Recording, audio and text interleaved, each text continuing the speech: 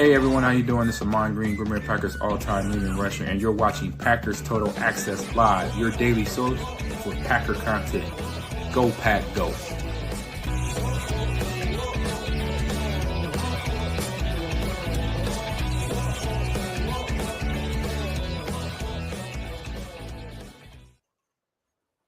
What's up, guys? Welcome into Packers Total Access. My name is Clayton. You can check us out on packernet.com. Find me on Twitter at Packers_access. I keep looking at the microphone as if there's a camera in it, and I can't wait to get back home. I'm joined alongside Tim. We got Emilio over on the couch. He's being lazy and unprofessional with his feet in the air. So Excelio! That's the way that goes. We got Jacob over there, too. Jacob's been manning the board all day, man, and keeping up with every pick. It's a warrior. We just been kind of lounging at Lambeau all day being lazy. So look at the board. Look at this guy over here. Love it. I'm over here playing catch up. I ain't going to try. I'm just going to lock my plane and go, that was the board from 2025. That's what I'm going to do. Hopefully everybody had an awesome draft. I know it's still winding down. Jacob, any idea how close we are to our next pick? You've been watching a little closer than us, but yes, we are only 4 picks away. Yeah.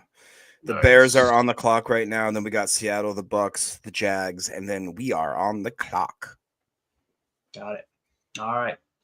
Well, obviously today being over at Lambeau was phenomenal. You know, Mandy and I were talking. We got kind of everything this weekend. Roll into town, get to hang out with decent weather. Then we get rain all day on Friday, which is that's Lambeau, right? Yep. I thought it was absolutely awesome. And then, of course, today, Jacob, it was just beautiful. It looks like it was pretty over there where you're at as well in Hudson, I imagine, but just absolutely gorgeous at Lambeau Field. We're going to share a couple pictures, and we'll get into the picks, break it down, recap all the action that happened. But, again, how do you feel just on the surface here, Jacob, from how the draft went? I've been talking to these knuckleheads all day long, so we know how each of us feel. But what do you think about what the Packers did all together so far, man? Yeah, man, it's definitely not what I expected. I'll be honest. Like I will say though, the Colin Oliver pick. I don't know if you guys remember that I brought him up and highlighted that the dude was an absolute freak, and he had this last season cut short because he had an injury. But before he did get injured, he had a 32% pass rush win rate, and he had just a bunch of crazy stats. He was like an 87 or like an 85 in both the games before he did get injured. So I am a little bit surprised at what the Packers did, where they drafted, what they drafted, that kind of thing. But right now I'm kind of still happy, hopeful. I'm really interested to see what we do here with this 7th round pick, the first one here, because I really do think it could be a big difference maker here. Could be, man.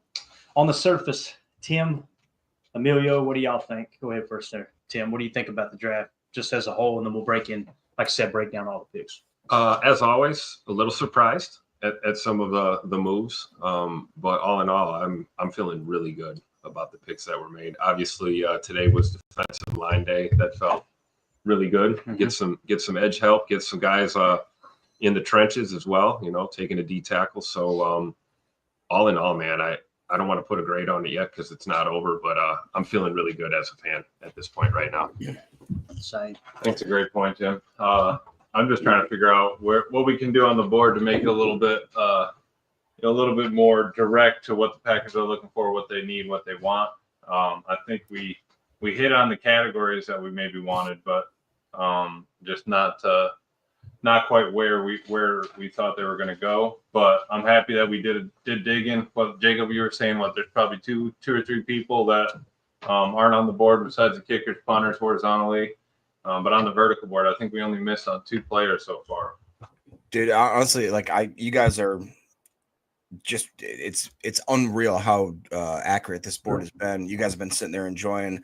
Don't get me wrong, I'm not saying that like I'm accusing you. You've been enjoying your day. I've been sitting here laboring over this Emilio board here.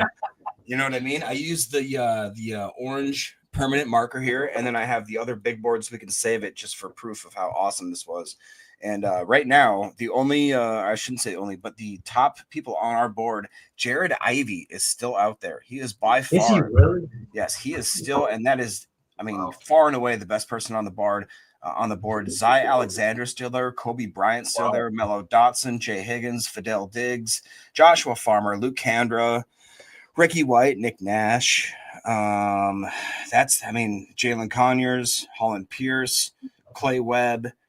But other than that, man, I'm like Emilio said, we have missed maybe 3 players, I think, now that haven't been on the board. One of them was a Bears linebacker that they picked like in round 5. So he's going to suck anyway, right? anyways, whatever, who cares? But other than that, it was punters and kickers. This is unbelievable. And if you got, I know you can't really see, but almost every single person that is accounted for the first half of this board is crossed off, which means that like we crush it, man. There are very few people in the bottom half of this horizontal board. You guys did a great job, really did. Hey Jacob, I got a question for you since you've been keeping up on the board. Stackbacker, who's the highest available? Jay Higgins, and then Jalen Walker, then Lander Barton, and then guess who? Guess who, Emilio? I already knew it, Jacob. He's getting picked. Don't worry about it. Mr. Sean Dolak. What if the Packers take Sean Dolak? I'm going to freak out. I'm going to be mad that I'm not there for it. I'm going to be honest. If the Packers from a take fan Sean right here. Dolak, we will never hear the end of it. We will never hear the end. Never, ever. So I see people in here, Coach Lynn, B Time as well, saying, is it Bayer time here, boys? Bayer is an undrafted free agent, I hope. I could see that. What you got in there? Oh, what happened? Oh, no. You still getting static, Jacob? Oh, he's not. No, you guys sound great lately. Yep, you're good. Okay, cool. Thank you. Who was saying static? Jacob, just let us know about 5 minutes Gotcha. ago. Okay, I'm a little late. That's probably when I was moving stuff around. I apologize. So let's take a look at some of these pictures real quick. Just I want to give a shout out to everybody that came and hung out with us. You see here, obviously the crew. I'm going to try to remember everybody's name, and I'm sure I'll screw it up, but it was so cool getting to finally meet people. So over here, I'm already going to mess it up. Mike Berry, right? Correct. Mike Berry over here in the number 2 jersey, the Mason Crosby jersey. You know some of these knuckleheads. Then you got Brambo and his son in the pick. I got to meet him. Mike, the super fan, Mike Hebring. His wife was there. We couldn't get her in the picture. She's the brains of that operation, just like Mandy's the brains of the operation with me. So cool. And then we met a little later. We had T-Pac in the chat. She was just awesome. Drove up from Chicago, ran us down in the pit. That was cool. Not ran us down like ran us over with a car or anything. She just came down and hung out with us. And then we ran into Drew there at the end as well, which was cool. That's in the Patreon group. Just Drew D, yeah. Drew D had the service dog that obviously, Loki. If you guys remember when we first started podcasting, that was something where they were raising money for a service dog for Drew. And, we were fortunate enough to have a little bit of memorabilia. Hey, let's see if we could flip this into some donations for helping pay for the service dog. And it had nothing to do with me or anybody else other than just the fans and the listeners of PTA and Packernet coming together and putting that. It was just absolutely awesome. So it's cool to see Loki. Loki was awesome too. Get to pet the dog. That was awesome. Really cool, man. Really cool stuff. So anyway, we had a good time there in the pit. We got pretty close to the stage there at the end. Emilio, Mandy were dancing like crazy. Emilio's so cute. He's so cute. Yeah, isn't he a handsome something? Oh, I said a bad word. Isn't he a handsome something? And then we got to do the Lambeau Leap, of course. I was going to do the ice in the veins, celebration, but I was afraid they'd think I was a junkie or something. So it was pretty wholesome out there with the family members. So anyway, that was great. Pretty cool. Great ball security too. Mandy had a. Oh yeah, 5 points of contact. Nicely done. No doubt. So it was fun. Well, y'all were just talking right there. Tez Johnson did finally go to the Buccaneers. He lasted that long? Yes, sir. He did. Wow. Yeah. He was the highest on our board left. Right now, we and Isaiah. The next receiver would be Ricky White and then Nick Nash. Got it. Good stuff, man. All right, let's dive into some of these, man. According to PFF, and again, I know there's some people that don't like PFF. Hey, Packers are on the clock right now. Are they really? So we're gonna get the live pick here. Go. That's awesome. So let's hold up on that then. Let's not dive into that. Yeah. Let me see if I can pull up the tracker here, the draft tracker, and we'll get it on the screen, just to kind of see what the picks were here recently. Nathan says the pick is in. Nathan's got that high-speed internet. Who's it going to be, guys? Who do you want? Thor Griffith. That's what Prince just said right here. Look at that. Mighty Thor. I'm thinking it could be a running back, Jacob. You know what I'm saying? I'm thinking honestly, Jalen I think Conyers would it's- be amazing. That'd be Yeah. mine. I could see Jacob Bayer here. I really could. I Yeah, would love yeah. that pick. I can see that. But also, as Elijah Roberts, surely he's went, right? He's gone. Who? Elijah Roberts, SMU. SMU, defensive mean- lineman. I mean Elijah Roberts, Jacob. Don't you do this to me, sir. Oh, yeah. No, he's gone. He's gone. All right, Yeah. long gone. All right. So yeah, Jacob Bayer maybe. Remember we had a top 30 visit with Micah Robinson, cornerback out of Tulane. And then we also had a top 30 with Taylor Elbersma, quarterback out of Canada. I think that those two guys probably more along the lines of undrafted free agent, I would imagine. Look at here. We just called it. Oh, Holy cow. look at that. We just Hey. nailed it. Michael, did we get it?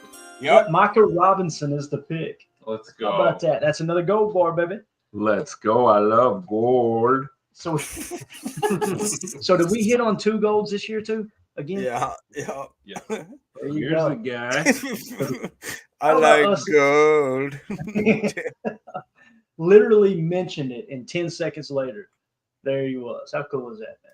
Packers Love taking it. Micah Robinson. That's a Pretty, quarterback out of pretty. Tulane. So we'll pull him up here in a second and break it down. Now that all the picks are in, let's just kind of go through and recap all of the picks. If that's cool with you guys. We Sound still good? got one more, Clay. We still got another pick. Yeah, we Yeah, have two- our comp we got pick. 250. 250. 250. Okay, so we'll have time. By the time we get through all these, we can wrap back around to it. Right? Yes. Let me Thor get Griffith. Jacob. let me get Matthew Golden up here on the screen real quick, and let's just kind of let you guys talk about him a little bit as I go ahead and add Micah Robinson to the mix. Obviously, PFF grades, guys, 2022, 65.3, 2023, 68.4, 2024 jumps to a 74.0, 4.2940 at the combine. We've talked about him pretty extensively, but there's what he looks like on the PFF card. Obviously, a junior coming out. They had him listed at 6 foot 195.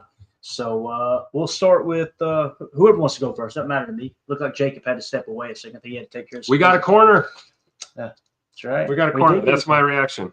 We got a corner. I didn't think it would take till day 3 to get one, Right. but here we are. This is awesome. Exactly. I think that just puts faith in the corner group that Exactly. we already have. We brought in Hobbs for a reason.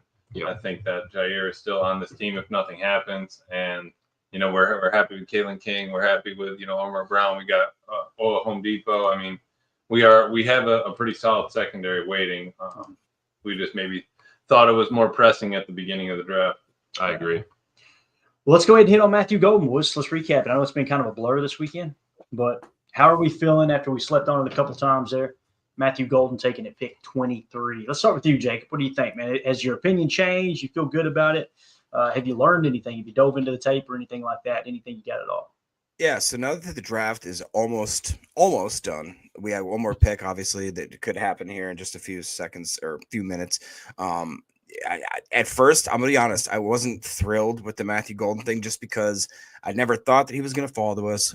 I didn't think we were gonna take a wide receiver, and I didn't do enough research into him, so I felt like very shocked when we took the pick. I was almost like, I don't even know what to say about this. Like, I really didn't. But then afterwards, you look at film, you watch some of the stuff, you listen to him, what he is as a person, and then it just clicks. I've talked about this so many times about the factor that you can't put on paper, you can't put a grade on it. It's just like the good dude factor, the good person factor.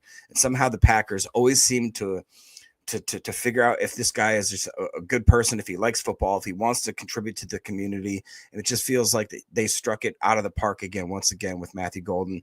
He talks about how, he was connected, I believe it was with his grandmother, how he wanted to go back and buy her house and how it's already for sale. And like that's the kind of guy I want on my team. And then you go and you look at the attributes, the 4.2940, the ability for him to separate, the way that he can route run. And then the only thing I was worried about, I'm like, he's another 6 foot, 6'1", 5'10", 5'11" guy that we have here. But then we went back and we got Savon, whatever. Give me a minute to figure out how to say that. But that's the freak. Savion. Savon. Savion is what I don't think that's said. Savion. That's right. Yep. Savion. But he's the guy that you can plug into a bunch of different scenarios where I feel like it's not going to take away from the wide receivers like we're all kind of fearing. I know me and Tim worried about what's going to happen with Bo Melton and Malik Heath and that type of stuff, but I think there's enough room here to eat. I think that Matt LaFleur has an idea of what he wants to use these guys in a puzzle piece type stuff. And I think that, good luck with some of the defenses trying to figure out who you're going to guard in this offense. I agree. You can see the priorities right away with the first picks, right? Yep. I mean, we go wide out, we go tackle, and we go wide out. I mean, the emphasis is on the offensive side of the ball. And then I just really respect the way Goody handled today. I mean, you can just see snatching up edge defenders and D tackles. And now we just grab a corner. This is a good draft, I think, so far. It's just going to prove to be really, really good for Packer fans, I think. Ricky White just went to Seattle, the wide receiver out of UNLV. Phil Mara, the running back out of Clemson, went to Dallas. And then Caden Prather, the wide receiver, went to Buffalo. From Maryland. Yeah, good stuff. All right, Tim, you got anything else on Matthew Golden, man? Anything at all? Man, the guy is a star in the making. I don't think that's a secret at this point. I just hope that, the hype doesn't affect his approach. Sometimes you put somebody in a position like this, and because let's be honest, I mean, he's a star already. He's our first round draft pick. This hasn't happened in how many years? He's wide out. He, to me, looks like an extremely likable guy who's going to fit in extremely well here in Green Bay. So I just hope it doesn't become too much of a distraction as he goes into his rookie season. But if he's the pro that I think he's going to be, it shouldn't be a problem at all. So, and looking forward to, seeing him out there competing at camp. I mean, the wide receiver battle is going to be something for the ages at the 2025 training camp. So looking forward to it. I agree. All Tim, right. Did you see how he wanted to immediately get into the facilities and work out on night one? And Goody had to literally tell him, "Hey man, that's against the rules. We can't let you in here." That's exactly the type of player that I want drafted with that first overall pick. That's what I want right there. Laser focus, man. Absolute laser focus from him. You can tell. I think he's going to be one. At the end of the day, he'll probably prove to be one of those pros kind of guys. Someone that league wide you're respected. So but we got to see him play a down of football. We haven't seen that yet, and we're a long way away from it. But I feel really good about Matthew Golden. Definitely. Yep. All right, up next at pick 54. This one kind of caught people off guard. I know it was a little bit further down on our board, but I have a lot of faith in Anthony Belton and the fact that someone had mentioned in the earlier show today, 18 different NFL teams had him in for a top 30 visit. Tells you all you need to know about where the value was there. And I'm sure that Goody seen that too and thought, you know what, guys, don't try to stretch this out. If it's good value with this pick, let's take it.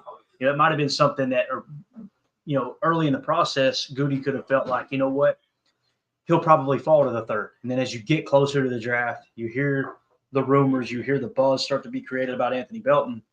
All right, if we're going to take him, we better take him in the second round. He's going to be gone. I think that's what happened here. PFF grades starting in 2021, 74.8, 64.2, 65.9, and a 73.6 in 2024. Obviously, offensive tackle, Goody already talked about at the presser reacting to the pick.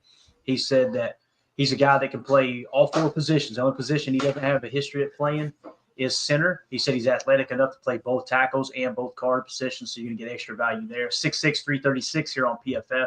The pass block grade, Jacob, 87.3. And then you hear in the scouting report that the guy has the feet for a zone blocking scheme. You also heard Coach Lynn breaking down the tape earlier, kind of looking at it, talking about, hey, if you want to go gap, he can do that too.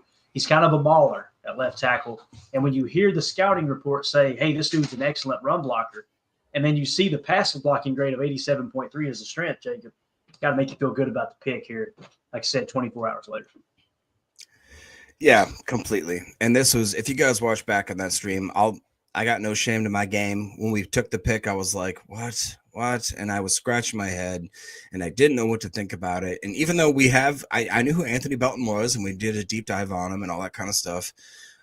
When you actually take a step back, I really do think we got another gem. And I think that probably got a little too emotional too quickly, which it happens every now and then, you know. But when you really look at his body of work and what he brings to the table, I mean, 6'6", 336, that's a man. That is a full-on man. He's a man, even though he's not 40. I mean, he just brings a certain presence. And by the way, his 40 time, I believe, was pretty good as well. He's able to bring that weight around pretty easily. If we want him to be some, one of those like pulling type offensive linemen, I think that's possible.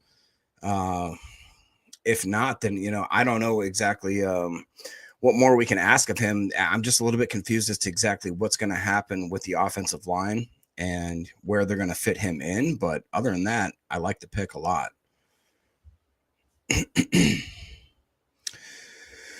Right there. Doesn't look like there's anybody else. But are you guys in the chat? Is there anybody else that cannot see any of the guys there in Green Bay? Or is it just me? No? All right, cool. Yeah, we lost the Green Bay folks. Cool. Well, that's not normally how the podcast goes. So, yeah, can't see him. Nathan can't see him. Awesome. So that's cool. All right. Well, guys, we might have to restart this stream. Hold on. Just give us a second here. We're going to get there. We're going to get there. Can you hear us, bro? Sure. Yeah. It's just they all had to pee, That's exactly what it was. Now, listen, hey, thank you for keeping it going. The internet just completely crashed. Hopefully it holds up. If not, we'll go to the mobile data here in a second. I don't know what happened. We're hardwired too, so I think they're throttling us, Jacob. The coverage is just too good of this track. So, anyway, back to Anthony Belton. I'm sure you were talking about him a little bit there. What? A little bit, yeah. You guys got a little static coming through real hard. What is that? We haven't changed a thing. Still got it, Jacob? Marjon Cron says Jacob almost went topless. That was my first instinct. Is I just started thinking, let's make some money. I got my pole back here. You guys can't see it. I'll grease it up. All right, Judy says it's better. So good now. All right, sorry about that, guys. This is what happens when you don't have the NASA computer back home in Tennessee. So anyway, what's your all's take on Anthony Belton here? We'll let Emilio go first because Tim's kind of scrambling to get back online here. Anthony Belton, what a dog. Bringing in some competition for Glover. I love that. I did like his tape, though, seriously. I watched a little bit of it last night. He is a mauler, man. He's got quick feet for how big he is. What is he, 6'6", 320? So he's got really fast, quick feet for a big fella. Can really set his base, anchor. And I like that he's always going looking for work. He's really not just settled with, taking his man. He's always trying to get to that next level or help out on a guard there. And, I'm excited to see him. I think it's going to bring a lot of competition to that offensive line. And we really are going to get our best five out there. There you go. All right. You got to love a big old lineman named Escalade, right? I mean, what is not to love about that? I haven't done a deep dive on his tape, but I'm looking forward to doing it because I'm sure he's a mauler and a body mover. And I think it provides some versatility at the tackle position on this line too. He's more of a run blocker, if I'm not mistaken, right? And that's what we need on this O-line. We got to protect Jay Love. We know that, and I think we do that pretty well.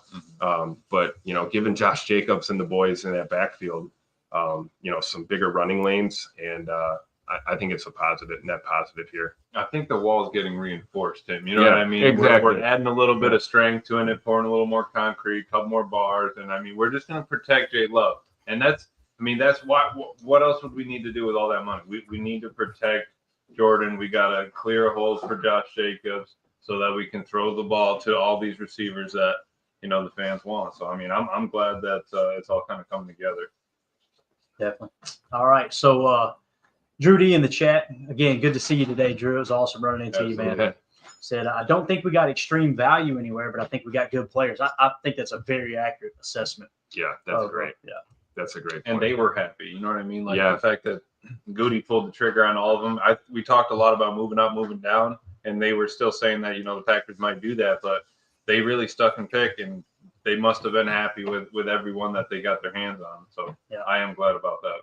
And we're going to get to this pick later, but I just wanted to address it real quick. Joe in the chat says, who the F is Micah Robinson? I told y'all we were scouting to draft an undrafted free agent. Man, wasn't even listed on the board. You're wrong, wrong, wrong.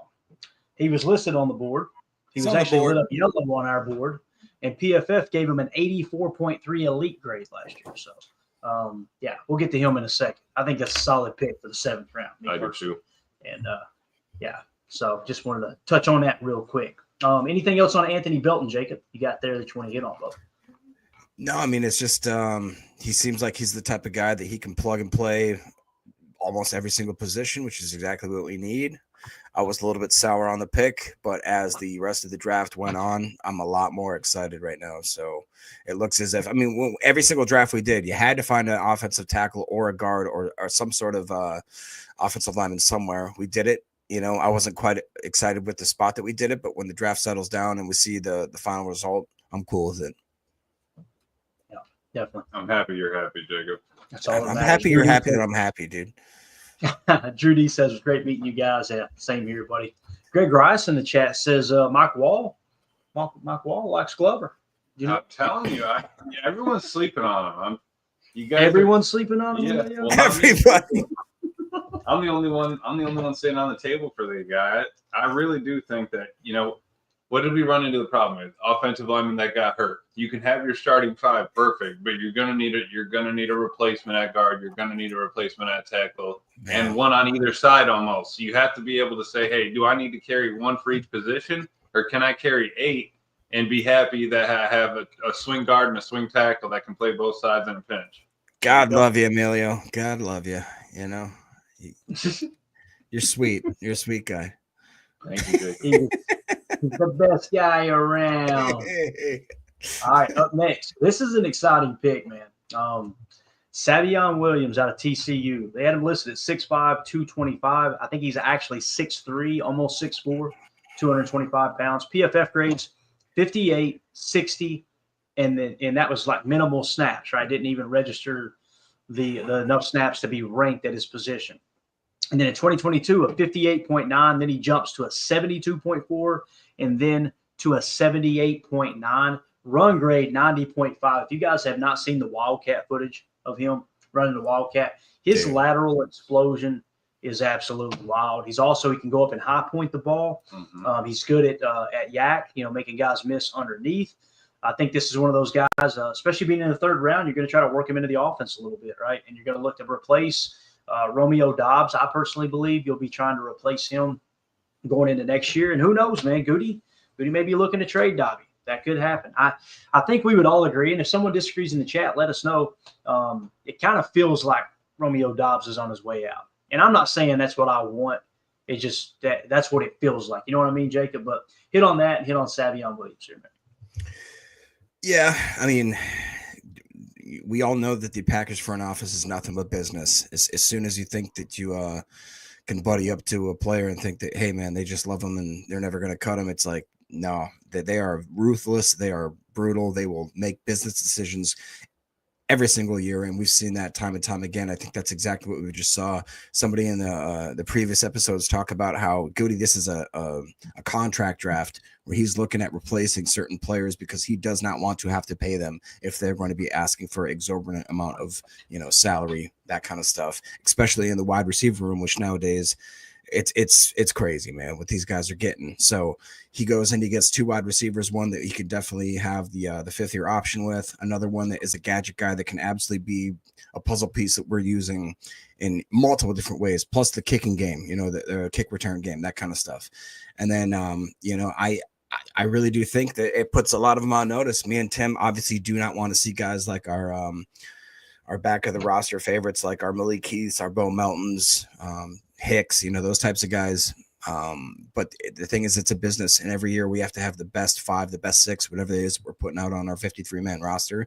The rest, if we can get them on the practice squad, that's great. But this is a business, so Savion Williams is going to push those guys. And if you watch I'm telling you guys, watch him, like Clayton said, going out of the Wildcat, him taking like little dump off wide receiver screens. He's exciting. You can just get the ball in his hands and just see what happens. It's pretty impressive.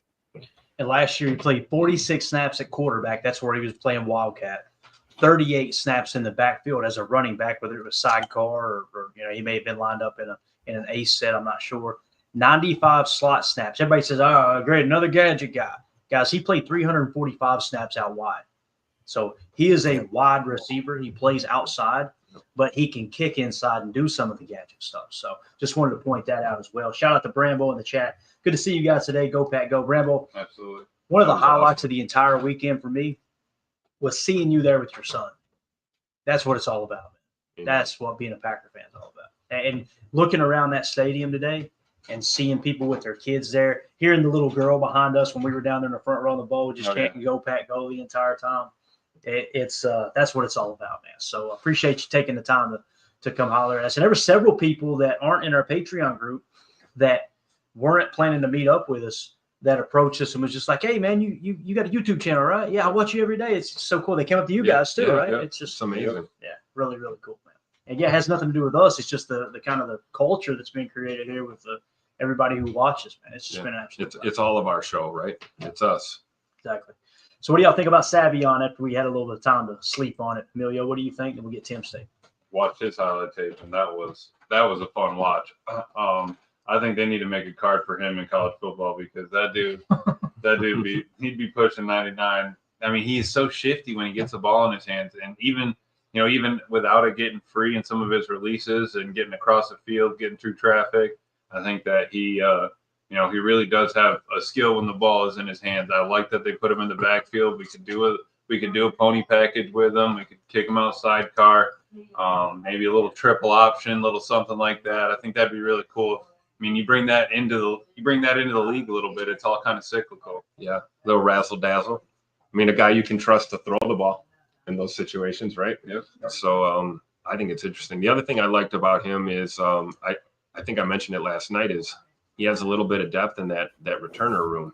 Gives us another option, whether it's kickoffs or punts in the return game. So I'm looking forward to seeing him for sure. J. Cole says Matt LaFleur is going to have fun scheming up a game plan for Golden and Williams and Jaden Reed in there as well, Mhm. And then you got Tucker Kraft doing some creative stuff. It's going to be a lot of fun, man. There's no doubt about it. And there was somebody else had something I wanted to hit real quick. I think it was where you at? General Barnacki says he's like a wide receiver version of George Kittle, a maniac running down the field. He really does. He looks like he plays out of control, but you never see him lose his balance. Right. You know what I mean? It's like he runs hard, kind of like Isaiah Pacheco Yeah. with Kansas City. Kind of looks like that type of ball carrier. You see how quick he hopped up out of that seat Oh my God. when he was in He's fired up. That Oh. was so cool to see that. So Jason White highlights probably the biggest thing that people are maybe rolling their eyes about is that the drop rate was definitely above what we want. But the thing is too, is that this is not your type of normal type of receiver. This is a type of hybrid, like a guy that's going to do a lot of stuff behind the line of scrimmage. And I wouldn't be too worried about it. And plus it's the Packers. We love guys like that, we definitely got a type in that regard. Like they went out and got Davion Williams. Was like, I don't care about his drops. He's that good. Yeah. I was wanting to look a little bit in some of the advanced metrics, but PFF's acting a little wonky for me. So What can you Coach Len, great point right there. what does that mean? Can you explain that? go ahead. Let Clayton explain it. Clayton. So talking about Gunner, if you guys remember, there's a player, I'm trying to think of his name, played for the Patriots. And Coach Lynn will probably think of it right off the back. His dad played in the league forever. He was a Patriots team captain for like 8 or 9 years in a row. And he was always on the all-pro team for special teams. I can see his name. Matthew Slater, I think was his name. Slater. I think it was, there you go. Brambo got it. Yep. A gunner is when you punt, and I think kickoff it applies as well. They may call it something a little bit different. He's the dude on the outside that his sole purpose is they're probably going to double you out there if they're setting up a return. You got to fight your ass off, want it more than them, beat their blocking, and then full speed smack the returner right in the mouth. Mm-hmm. Yep. That's what it is. Lance says no sound. Is that true, Jacob? Can you hear us? No. buddy? No, it's probably true for Lance, but not for us. Got it. Lance, put the pop down. and unmute the TV. All right. Now, hopefully you guys can hear us. I'm just joking. So that's what a gunner is, that type. And you correct me if I'm wrong, Coach Lynn. That's what we're talking about, right? We're talking about that guy to kind of spear. Basically, you're the spearhead of special teams to get downfield and tackle the return. And in some cases, it's not even about tackling. Like you'll hear people complain because the gunner runs right upfield by, right? They'll run right upfield by the returner. Like, all right, he just keeps running by him. What he's trying to do is their set's probably trying to force and funnel the returner into the middle of the field in that specific play. So you play the outside shoulder of the return guy. And if he goes outside, it's on you to contain and clock him. And if he cuts it back in, then you just funnel him right back into the teeth of the special teams, if that makes sense. So that's what a gunner is. So anything else on Savion Williams, guys? No.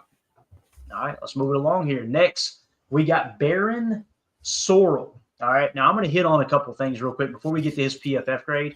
I'm going to show you guys what it was like in the bowl today as they were announcing picks. And it may be hard to see here on our screen. And the sound, you're probably just going to hear a lot of cheering. But just drink this in for a second. This is what it was like inside Lambeau Field when Barron Sorrell was picked by the Packers. Pretty sure this was Barron Sorrell. I hope I'm not screwing this up. Let's see, what's it showing here? Round 4. Was he a 4th rounder, Jacob? Is that right, Barron Sorrell? Yep, that should be him. 124. Yep. All right, here we go. Here was Barron Sorrell getting drafted. We were sitting in the bowl, front row, watching him get drafted and announced by Roger Goodell. And then we got another video kind of giving a little backstory of why he was at the draft. Really quick. Here we go. You send somebody else out to do that. John Blair, they're booing him. The young man is here today, so we want to introduce him. So give him a big round of applause. With the 124th pick in the 2025 NFL Draft, the Green Bay Packers select Barron Sorrell, defensive end. Let's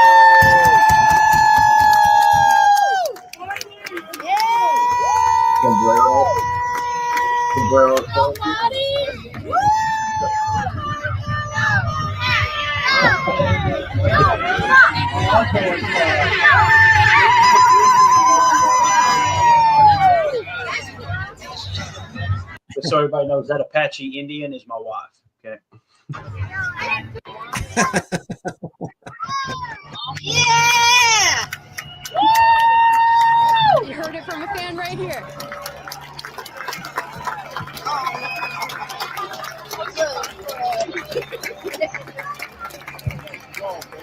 That's really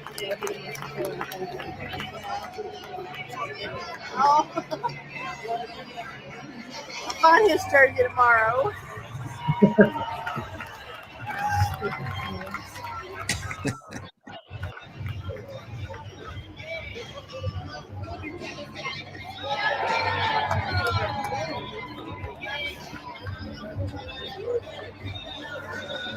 All right, so there you go. That was, like I said, live in the bowl there. Barron Sorrell is what? Is that what we heard Goodell say, Sorrell? So that's probably how you pronounce it, I would imagine. Tim, if you'll get me a screen grab ready here. They had him at the podium. Just tell him a little background. And shout out to Jason Wilde. Listen, this is what Jason Wilde does best. He's all about finding the story in the Packers. He's not so much about the X's and O's and this and that. He's more about where's the article we can write about the story behind the player being picked.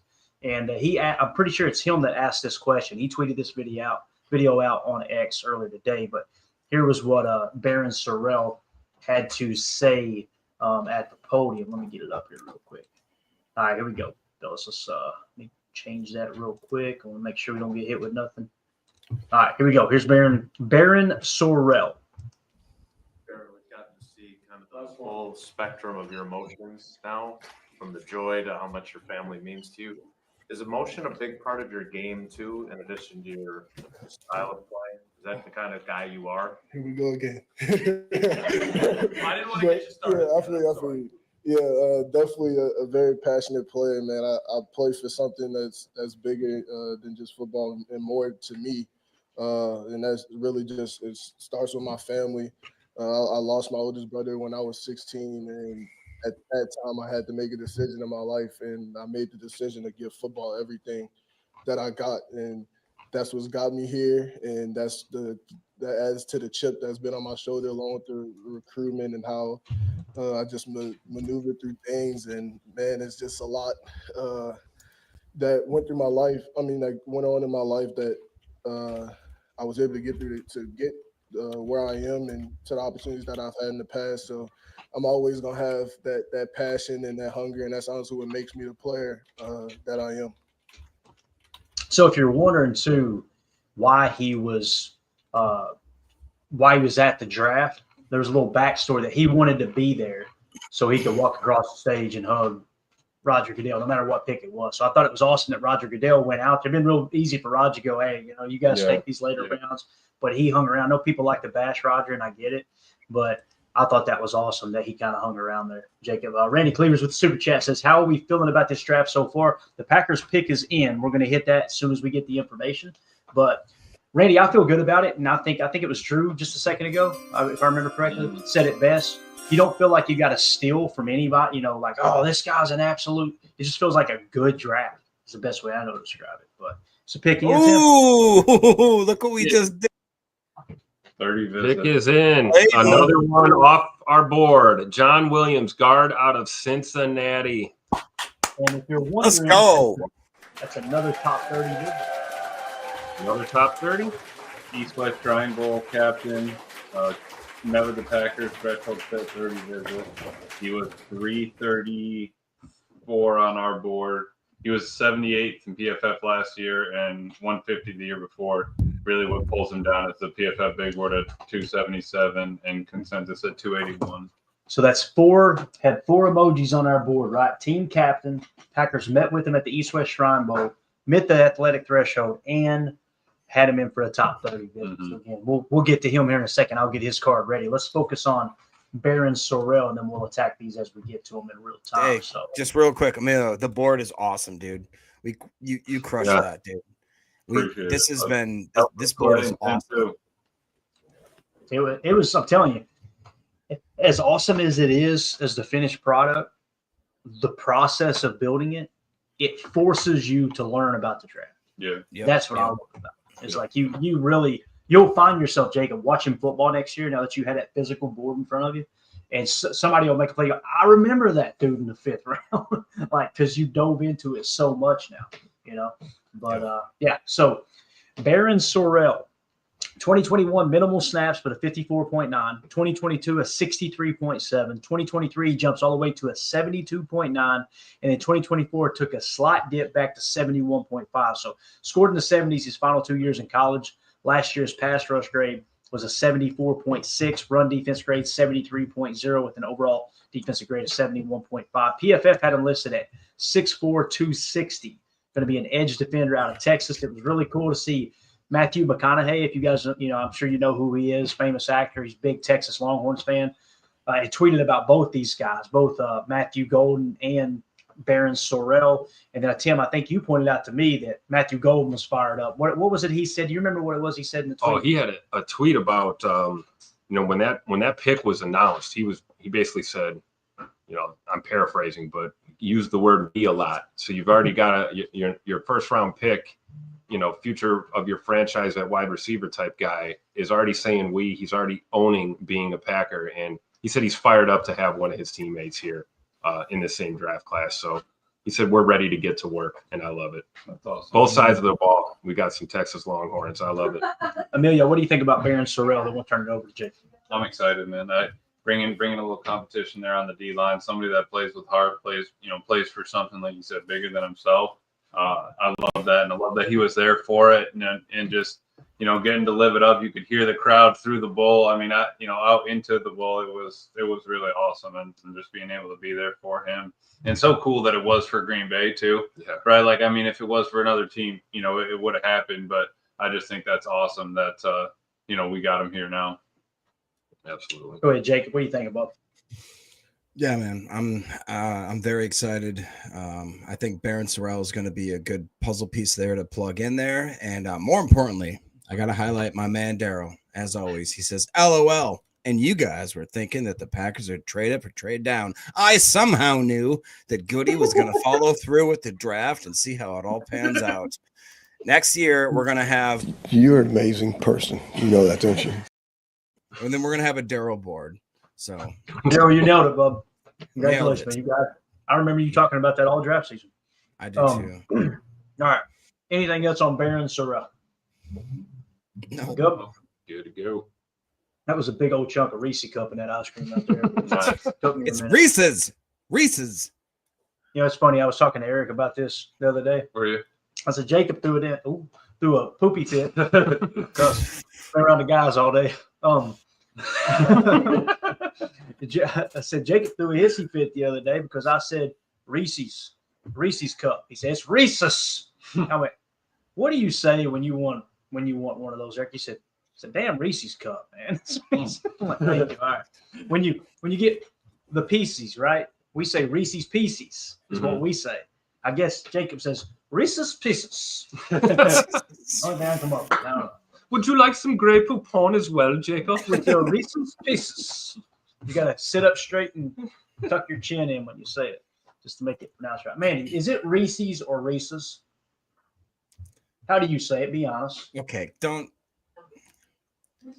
When you're talking about Reese's Pieces, Reese's All right. Reese's Okay. First Pieces. of all, don't get Miss Beals What into about the this. cup? All right. Now, you be honest. You may agree with Jacob. Do you say Reese's? Jacob, we're within driving distance. Yes, ma'am. Come down there and whoop that ace. Sorry, Miss. Sorry, Miss Mandy.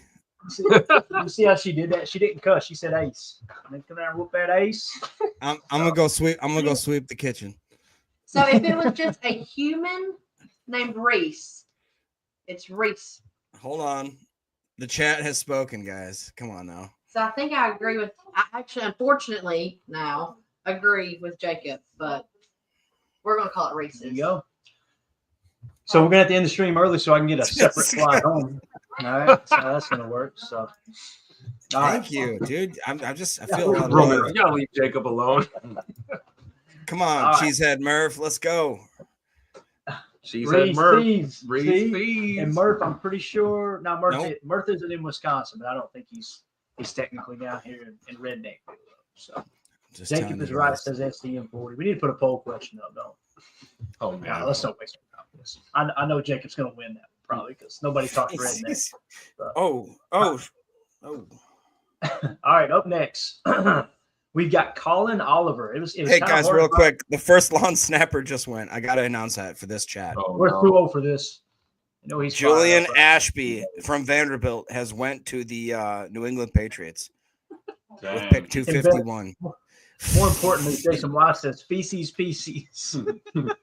You see Marjan Trot. They do look like rabbit turds. Marshawn Cross said Jacob is a Reese's. That's a lot of it. That's going to do it, guys. See y'all tomorrow. All right, y'all have a good night. See you. Oh god. All right, so we struggled to find a little bit of information on Colin Oliver, so we found the stats card for him. All right, and so here's what we got. 2024, man, Colin Oliver. He only played 80 snaps, but he scored an 88.6. All right, so let's throw that out the window since it's less than 100 snaps. In 2023, he was a 73.0. 2022, a 71.5 edge defender out of Oklahoma State. All right. Last year, it's going to show those numbers, so I wish we could get the 2023 comparables. But the 2024 comparables on 80 snaps, 90.8 pass rush grade with a true pass rush grade of 85.4 and a pass rush win rate of 31.8%. And then his run defense grade was around 67.7. So another edge defender that Goody has added to the mix here. Jacob, I'll leave with you this time, man. What do you think about Colin Oliver? You got anything on him? Yeah, I did. If you guys remember, this was one of my late round gems that I highlighted, and I specifically highlighted the fact that he had a 31.8% pass rush win rate, although it was on 2 weeks of work. But I did also highlight the fact that in years prior, he was very solid there. He has a lot of production, 27 hurries, 28 hurries. I just the run stop rate's not exactly what we want there, but you look at his pass rush grade, it's a 90.8, run defense grade of a 67.7. Like, okay, dude, that's cool. I'll take that. If you go and watch his tape, it's interesting watching an edge defender wearing number 30, but you see him kind of evading blocks. You see him actually being able to take on blocks when he doesn't evade them, kind of thing. And he actually impresses me quite a bit. So we did not have a lot to see him in 2024, but if anything indicates of what he did with those 2 weeks, and again, one of them was against the South Dakota, the Jackrabbits, and then one though was against the Razorbacks. So it's not like he was playing against the St. Kate's School for the Blind, you know. Mm-hmm. Definitely. And Jason Wise says 974 RAS. Is that Get her correct? done. I think that's what's up true. right there. Yep. Good stuff. Good pull there, Jason Wise. What do you think, Tim? Colin Oliver, edge defender, man. I mean, we're looking at 2 games from 2024, right? So you got to go back a little bit to really look at them. But I think you see progress year after year. And I've heard some sentiment that clearly this is a draft for depth, overall at a lot of these position groups. But I think Colin Oliver could be kind of an underrated difference maker in this Hafley defense. Again, we got to see what he looks like at camp and preseason. That's the best time of the year for me. It's like Christmas all over again. You get your first look at these prospects in their NFL fatigues and with NFL competition. And I think I've got a feeling I've heard him referred to as undersized. I'm not a big believer in that being a determining factor with players because we've seen undersized players at every position group in this league find success throughout history. So I think Colin Oliver could be a difference maker in the making. So, Tim, what's crazy is if you look at his numbers right here and you stretch them out over the actual 14 or maybe 13 games, look at those numbers. He had 2 sacks in 2 games, whereas the year before, where you consider that he had actually good production, he had only 7. He had 2 hits with the year prior, only 7 hurries, 10 hurries. You know what I mean? Look that over. And again, this wasn't against small competition. This was decent competition. I'm excited about that, man. That's going to be fun. Absolutely. Definitely. Drew D in the chat says, I want offensive tackle Logan Brown from Kansas as an undrafted free agent. We've got Logan Brown with a 201.4 grade. He was a Senior Bowl participant.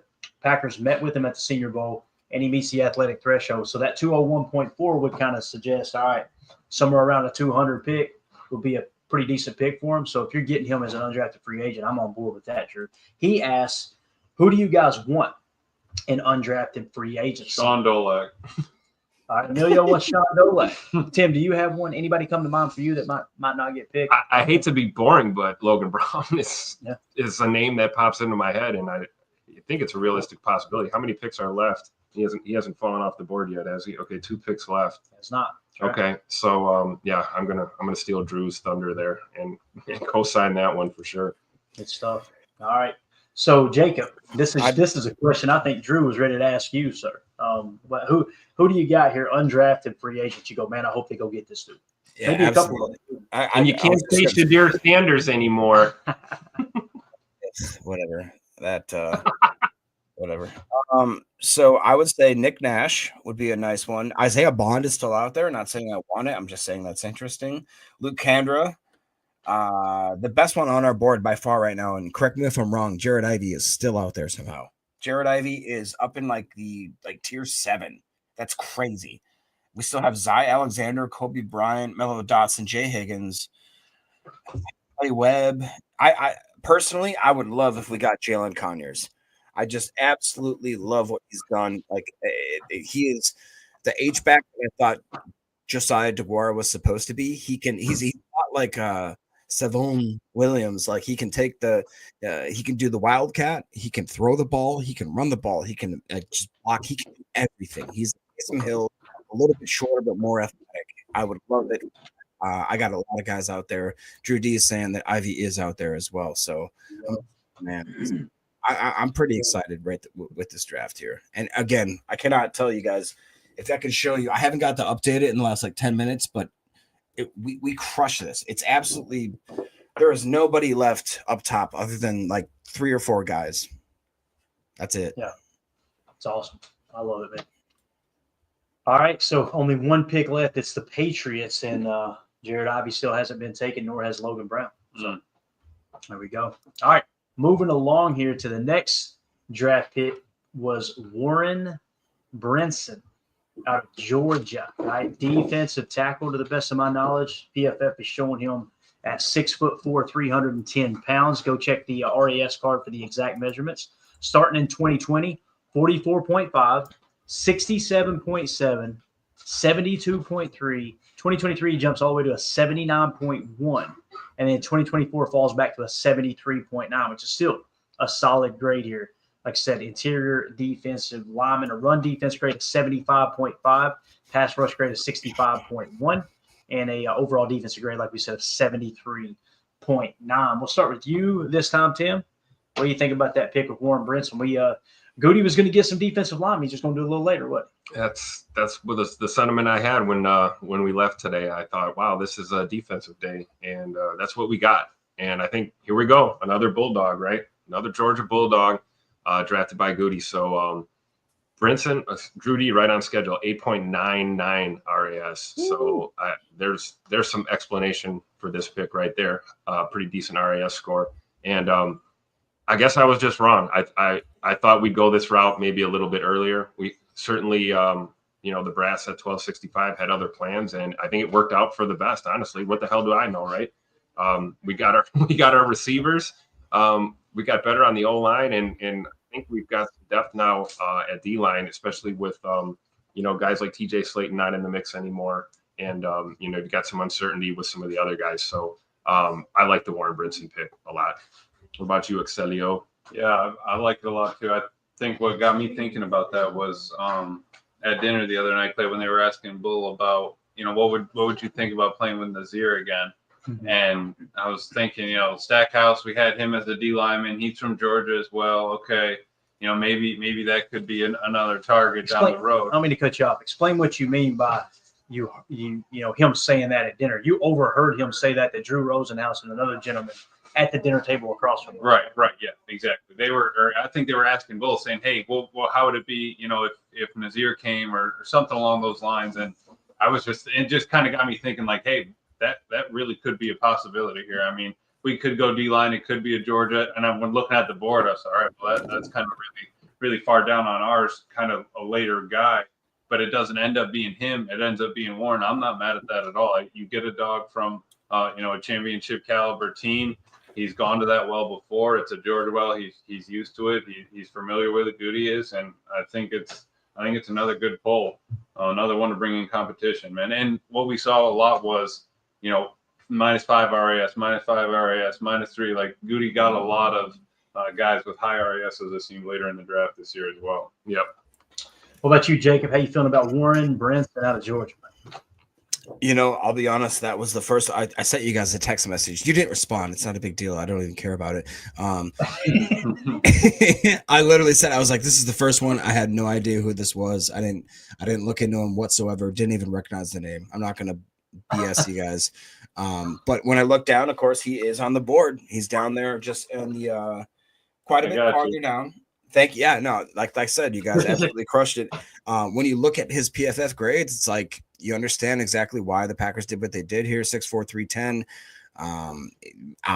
Georgia, all the signs point to it.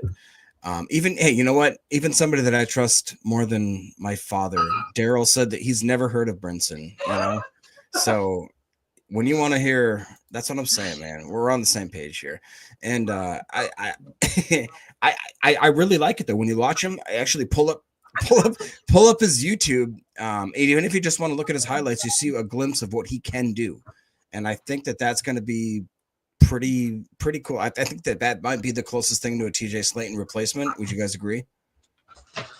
Yeah, I think so. Yeah. They're probably going to get him to play 1 sec. I would imagine he run the damn chainsaw in the kitchen. Come on, Manders. Yeah, to play 1 sec, I would imagine is the plan there, right? Let him kind of work him along there a little bit. I don't think he's going to be contributing significant snaps anytime soon, but who knows, man? He may go into camp and you look up and go, "Hey, this dude's a dog," right? Hey, this makes me feel better. Coach says, "Me too." No clue who Brinson was. Thank you. I feel all right. There you go. All right, so got a little company there for sure. All right, moving on to the next one. This is one I'm kind of excited about. As we said, we literally mentioned him live on the stream just a second ago, and 10 seconds later, the pick came in, and we had taken Micah Robinson, cornerback out of Tulane. All right, 6 foot 184. He's a senior this year. 2020 grade was a 56.2, but minimal snaps. Look at the grades here, guys. Starting in 21, 75.2, 73.5, 69.8. And then this year he jumped all the way to an 84.3. He was the 23rd highest graded cornerback in all of college football. All of college football. Keep in mind, I feel comfortable saying 80%, maybe even 90% of college football teams have just switched to a nickel defense. They don't even hardly go to their base at all because it's such a wide open offensive attack in college football and fast paced. They just like to keep their nickel defenses on the field. So when you think about that, that's 3 corners per every team that's on the field, right? How many teams in college football, roughly, Division I, Emilio? 126. 126. So 126. Would you see the way he was in 126 and only 15 had a 90-plus card on Ultimate Team? No, but to that point, I was though, I gonna do stay in nickel about 95% of the time. Is that not, Oh so my it's God. even higher than I said. So if you take 3 corners on the field for every team, right, and you times that by 126, round it up, whatever you want to do, he was 23rd out of that total number. So, and again, you say, okay, Tulane's kind of a smaller school. Do we remember who got drafted from Tulane last year?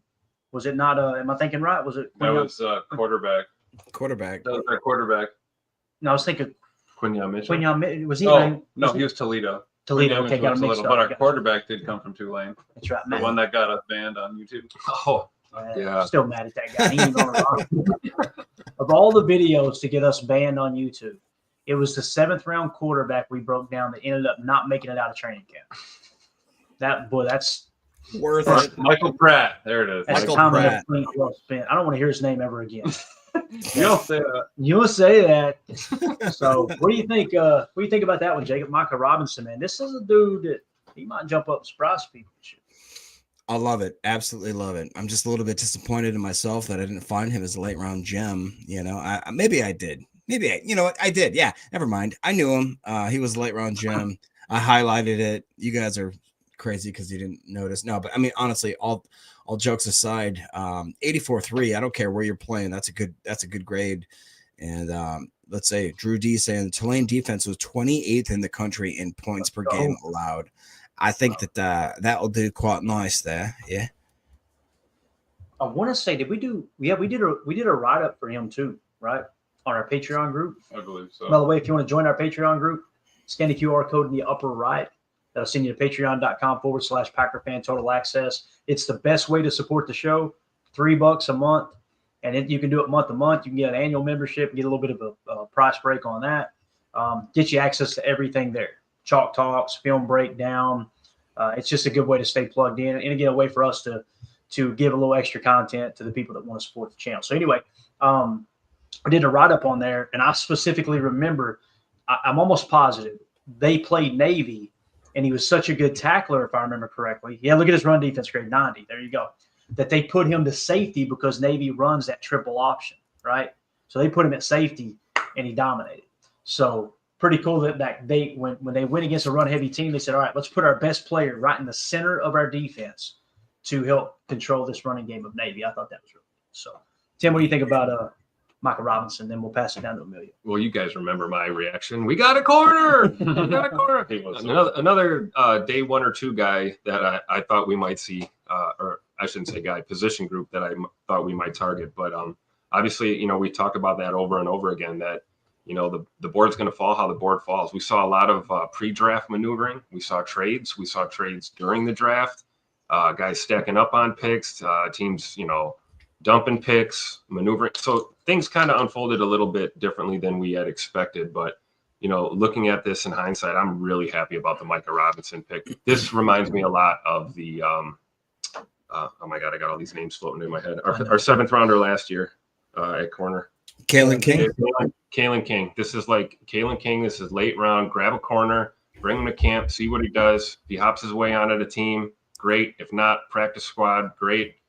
This is just, again, Goody doing due diligence and making me look stupid for saying that there's no corner value late in this draft. And here we are again getting value at corner late in the draft. And Tim, not to beat a dead horse, but do you think that this is a signal, the fact that they didn't go cornerback early, that Ja is going to be in-house, my friend? Do you think that?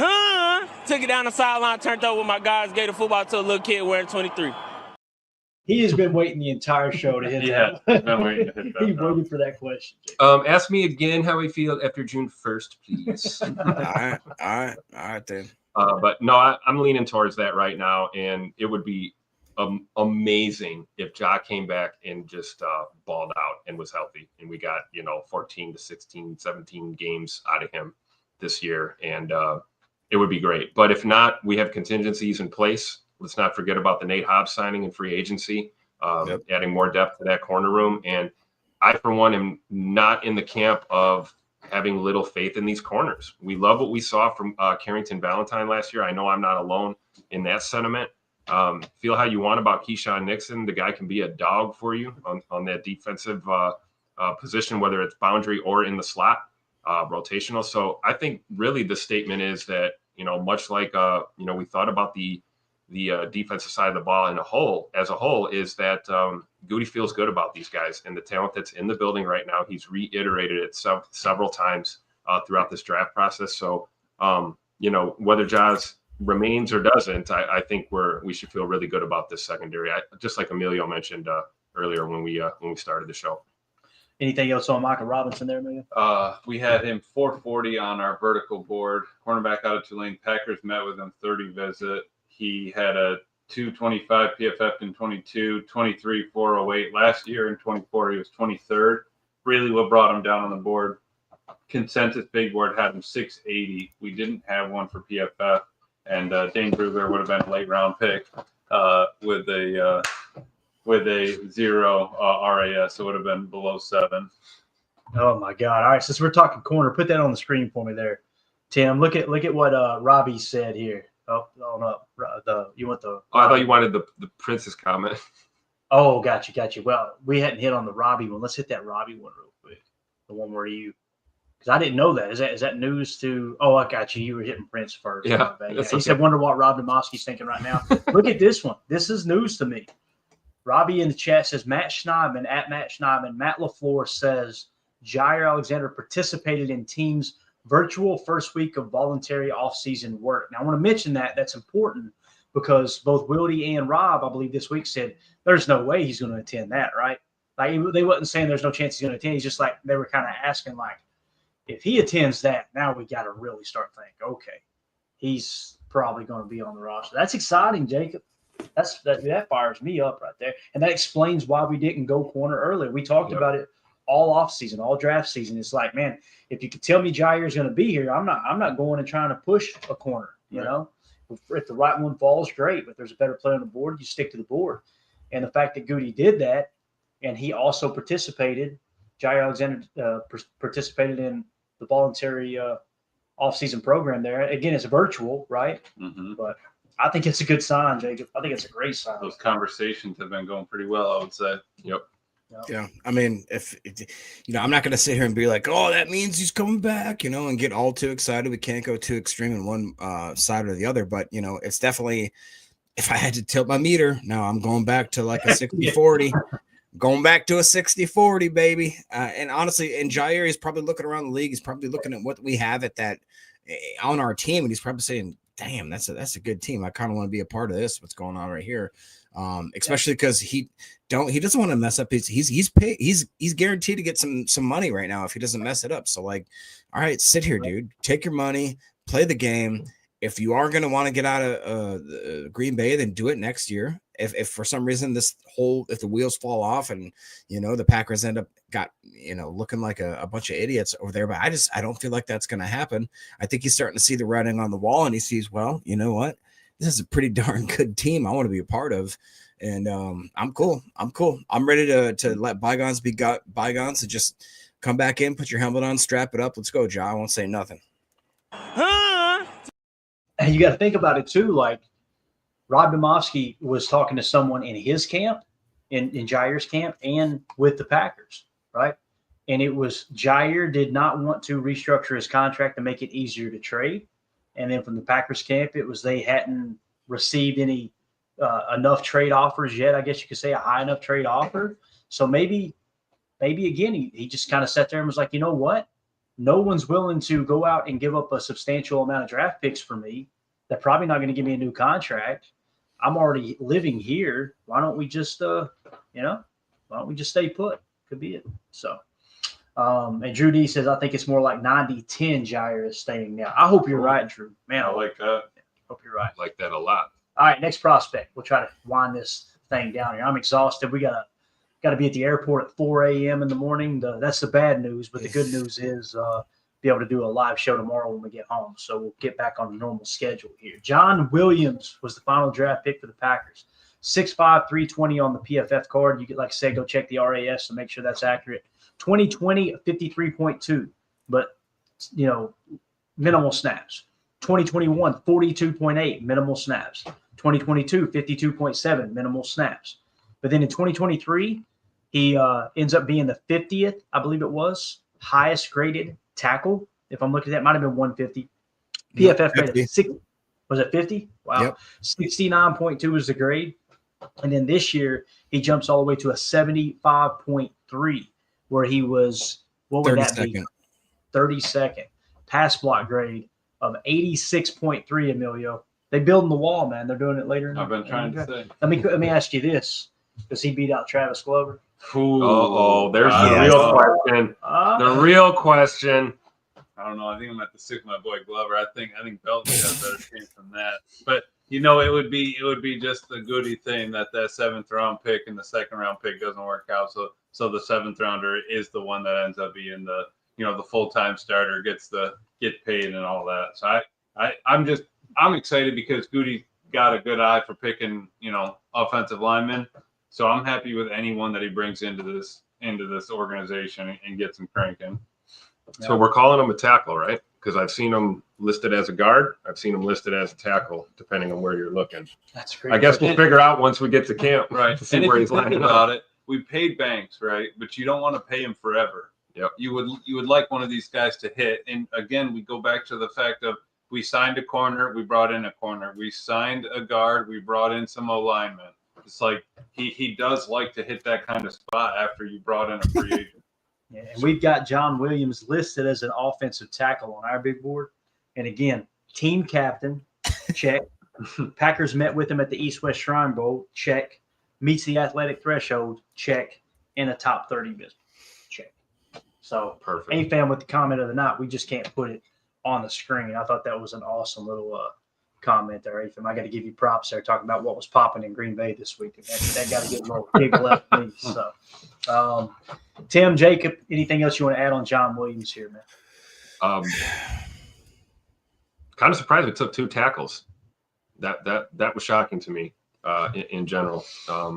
But I think we got a good player here. I really do. I don't have much to add on him because I haven't watched a lot of tape. Didn't expect to see him drafted. So I look forward to Chalk Talk, Clayton. We're going to do prospect by prospect Chalk Talks and, really watch some film and kind of break this down. But it is cool to see that it really does. I'm looking at PFF. I mean, it looks like he's a pure tackle. So I doubt that they're going to kick him inside to guard. But if they had to, I guess, if he's versatile enough to do it, it wouldn't be the first time we've seen that happen. So Char Larry says Travis Glover's our new H-back. There you go. There we go. And then Drew D says Rasheed Walker's going to walk. We're not paying him. That's what it feels like. Drew. It really does. Jake, And then get your comp pick for him, right? Yeah, definitely get a comp pick especially if he gets paid good. Him and Dobbs both. What do you think, Jake? Yeah, I think it's fair. You guys know I love Walker, and I'm kind of a little bit upset with the way we're treating him, just like he's yesterday's trash. I tell you, he's a 7th round draft pick. Darn it, he deserves to be treated with respect. Now, but all kidding aside, this is the game, man. Goody, this is a business. You got to get guys that are coming up back in the hopper. It is what it is. Can I really quick? I mean, I think it's worth just listing what we actually did here because. We went wide receiver in the first, offensive tackle / guard, I guess, in the 2nd, wide receiver in the 3rd, edge in the 4th, linebacker in the 5th, D tackle in the 6th, cornerback in the 7th, offensive tackle in the 7th. Didn't trade, didn't do anything crazy. Jair didn't get traded. Once the dust settles, it's a little bit interesting to see that, that's how it fell. I don't think that anybody. Do you have any updates on the mock draft and if anyone was even close to this? So Emilio was coming through it earlier, Emilio, and we got to double check everything. But it sounds like, From what I saw earlier, it looked like 3 people had 1 pick correct. Not excluding any of the rounds, just having 3 of the correct names on the board. Each person had 1 of them. So did anybody get the round correct too? that I believe Jerry would have the first round Matthew Golden pick. So that was the only one that was the accurate round. Correct. So if I'm understanding correctly, we had 3. If you guys are wondering, in our Patreon group, just another perk to be in the Patreon group, we do little giveaways and kind of side games or whatever, competitions. We had a mock draft contest. Everybody puts in a 7-round mock draft from the Packers. Okay. So what are the Packers going to do? It sounds like 3 different people hit on 1 pick each. So then the tiebreaker, they each got 1 right. So the tiebreaker would go to which one, did you get the round right? If you got the round right, then you advance. Okay. So if they all 3 got the exact round, then we'll put all 3 of their names on a wheel and spin it and do it that way. Okay. But like he said, Jerry Wise Corbly obviously got Matthew Golden in the first round. So if the other 2 did not get the round correct, then the way we'll do that is it goes to Jerry Wise Corbly because she was the most accurate mock draft. You think that's fair, Jacob? Yeah, I think that's fair. As you guys are talking, I don't mean to just randomly switch the subject, but like Chris the Casual, and this was crazy. Like he said, very odd draft picks. Not many we spent a lot of time on, if any. And I'm sitting here trying to sit here. We didn't. We really did. We had spent probably the most time on Anthony Belton. That's probably who we spent the most time on. Anthony Belton and John Williams. Other than that, we did not get the highlight. And I'm not saying that because we did so much work. Emilio did so much work. You guys did so much work. It's just a testament to like Goody is he's gonna surprise you every freaking year. It's just insane. That's the thing, though. If you look at it, we actually hit on all of them, like the large majority of them. Here's what I mean. Matthew Golden, we did an article. You can find it on Patreon. Yep. Top 30 visit, we did a deep dive on it, right? Anthony Belton, top 30 visit, we did a deep dive on it. Savion Williams, we had no clue, right? I don't think we were on him at all. Baron Sorrell, we were not, right? No top 30 visit? That's correct. Okay. And then Colin Oliver, no top 30 visit. Warren Brinson, no top 30 visit. Micah Robinson was a top 30 visit. We did an article on him, did a portion of the episode or an episode, dedicated to him. And then John Williams was a top 30 visit we did there as well. So essentially what we ended up doing was, in terms of deep dives and breakdowns on this specific show, Matthew Golden, Anthony Belton, Micah Robinson, and John Williams. So we did a deep dive on 4 of our, how many draft picks, guys? 8. So we got half of them that we looked into pretty significantly. But I agree with what Chris is saying. It was kind of, it felt different. Definitely felt Yeah, it did. felt weird. Yeah, I guess that's what I meant. It's not that we didn't highlight them. I just meant that it's not exactly how, if I shook my magic 8 ball, that this would be the result. Exactly. All right, so we'll get ready to wrap up here. We're gonna dive into these draft picks even deeper as the week goes along. I'm gonna try to get busy as soon as I get back on some Chalk Talk content, that type of thing. So, that's the other one. Yeah, Paul Smith. Who was it? Easton Butler had messaged me and told me this. Savion Williams actually said he was a top 30 visit with the Packers. Yep. So we talk about how you get those coming in. So, Emilio, would he have been a gold bar with the top 30? I don't know if he would have Savion. been. Was he a Senior Bowl guy?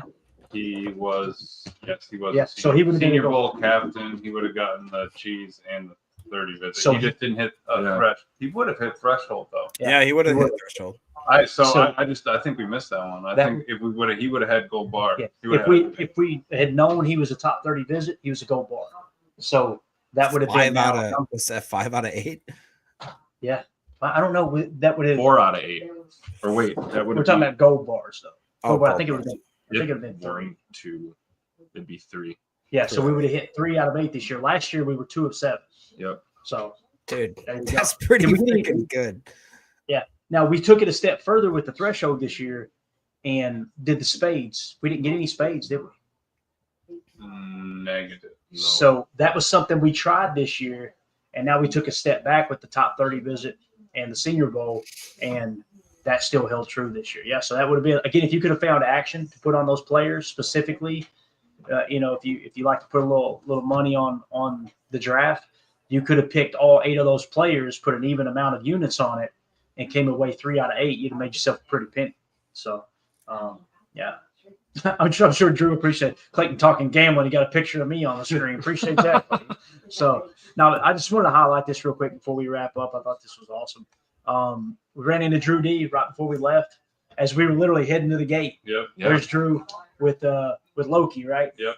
Loki. So we got a picture. There's another picture we got of him too, where it looks like he's trying to bite my hand. He's not. We were just, we were chilling. We were hanging out. But it was funny. Loki looks up. He's looking up at me. I'm looking down, and his mouth's wide open, like he's going to take my hand off. He spotted the sombrero. He was looking. He said, my best bet's just to look for that, and he found me. That was impressive, honestly. Absolutely. And again, we got to meet Mike Berry. Appreciate you taking the time to meet up with us, man. And then also there toward the end, we were standing right before we met with Drew. We were standing over in front of the draft stage, and we got it's Teapot, right? Mm-hmm. Teapot. So, lady right here is Teapot from Chicago. She messaged us on Patreon. She's a member of our Patreon group and was like, "Hey guys, where you at?" And we were over next to the draft stage. So she came out and hung out with us. It was absolutely awesome. Just a pleasure getting to meet you. Thank you so much. And obviously TPOC stands for the power of cheese. I love it. So really, really appreciate it. This is what she said. At least we finally got a corner. She's like, I could care less about this picture you want me to post, but we got us a corner. It was great to meet all of you too. Both JJ McCarthy and Jake Elliott are from my neighborhood, and their own Jaden Reed about a half hour away. Wow. Who knew the Chicago Burbs were such a hotbed for NFL talent? Hope you get to relax a bit after this and have safe travels home. So thank you so much, Teapot. And I will say this, Chicago is a hotbed for Notre Dame prospects as well. So that's kind of their stomping grounds in terms of recruiting. On the quick recount, out of the 257 picks, we only did not have 11 on the board. Really? Yeah. Wow. So only 11 was Did you hear that, not Jacob? on the board. And most of them were punters and kickers. Yep. And really at the end here, just a couple of the guys like Corey Black, cornerback out of Oklahoma, Julian Ashby, long snapper out of Vanderbilt, Junior Burgeon, wide receiver out of Montana, Ty Weezy Bridges, safety out of Florida, and Kobe Minor, cornerback out of Memphis. It kind of got a little heavy there at the end, but I mean, besides that, just pretty impressive. Yeah, we already got UDFA signings coming in here now. Let's go. Where's Sean Dolak signing? Coach Lynn is saying the Packers signed running back is UDFA Amar Johnson from North Dakota State. We also, let's see here. There was another one coming through here. Oh, you guys remember Desmond Watson, the big boy that we got. Before you move on, I want to say, Jay, before you move on, Omar Johnson, running back out of South Dakota State. We had a 190.3 on him. So pretty good value there, to be honest with you. Go ahead, man. Gotcha. No, the Desmond Watson, the guy that we have the clip, the screen grab of, the giant mammoth of a man that's running that 40 at 400 plus pounds. He did get signed. There he is, baby. All 454 pounds of him is now on the Tampa Bay Buccaneers. Nice. The other question is, what about this guy? Here's a guy. Undrafted right now. Here's a guy. I mean, Clay, to the Amar Johnson point, he's 259th on the board, so he literally would have been. I mean, that's right there. That is undrafted free agent territory. That's awesome, dude. Absolutely awesome. All right, Jacob, you got anything else, man? Before we wrap this, Coach Len. Oh, go ahead. Got a safety from UNLV, Jonathan Baldwin. All right. Yep. See what we got there. Jonathan Baldwin. Did he make the board, Emilio? Jonathan Baldwin. Maybe listed as a cornerback as well. I'm not seeing him. On through here. Jonathan Baldwin. Oh, one got away from us, guys. Uh-oh. It's a negative. Scrap the damn board. Get out of here, Emilio. Get out of here. I'll get to it. He's going to add him in real quick. No, we had him. Look, he's right here. He's on the list. I'll start working on next year's board. Matter of fact, we had him 40th on the board. I just forgot to add him in. So, all right. Anything else, Jacob? You good, man? No, man. I just appreciate everybody watching. Appreciate all the hard work that everybody did as far as Emilio, you, Tim, the chat. I mean, this was this is the most prepared I've ever been for any kind of draft, and it's just because you guys helped us all get there. So I think this is really fun. It's gonna be fun to see what they develop into. Definitely. Anything, guys? I'm happy that we got to meet Tim in person and Kate Yeah. and everybody that we met at the draft, and just being able to live it up and enjoy it, man. I'm excited, happy that we got to be in Lambeau another time, and just glad for friends and family, man. Yeah. We'll do a photo dump when you guys get settled and share some more photos. And it was just a great experience. Honestly, the highlight of it, really, right there, just getting to meet you guys in person and do a live show like this together. This is just, amazing. Uh-oh. Richard. Richard. Signed with the Rams? Oh, No, he didn't. Who said that? It doesn't matter. that's all right. Who We said that? Bates bought you a daddy soda to help you feel better. United Bates with the $10 super chat. Thank you, Bates. He says, thank you for all the hard work over the past few days, fellas. Much appreciated. Go Pack Go. Bates, thank you for your kindness, man. Thank you for the support you always show. And again, special thanks to everybody who got a chance to meet up with us. And if you didn't get to come to the draft, just want to say, hopefully the posts we put up, I tried to get as much out as possible on Twitter. Hopefully you felt like you were there. That was the goal. It wasn't to go, hey, look at us. It was we wanted to try to bring the draft to you as much as we could and do that in the Patreon group as well. But Randy Cleavers with the 1999 super chat said, thanks, guys. Thank you, Randy. Thanks, Randy. That's Appreciate awesome, man. Thank you, Very Randy. Appreciate you. All right, that's it, guys. We're going to get out of here. If you would, hit that like button. If you like this type of content, scan that QR code in the upper right, or go to patreon.com/PackerFan Total Access. We got an awesome community growing in there for as little as $3 a month. Get you everything on the site. Just a way for us to give back to those who wanted to support the channel, and you get, like I said, a bunch of different stuff in there. So thank you, Barnaki. We appreciate you. Thank you for the kind words there, man. All right, we're out. We'll see y'all tomorrow night on PTA Live, 7 p.m. Central. Everybody take care. And we go. Bye, guys.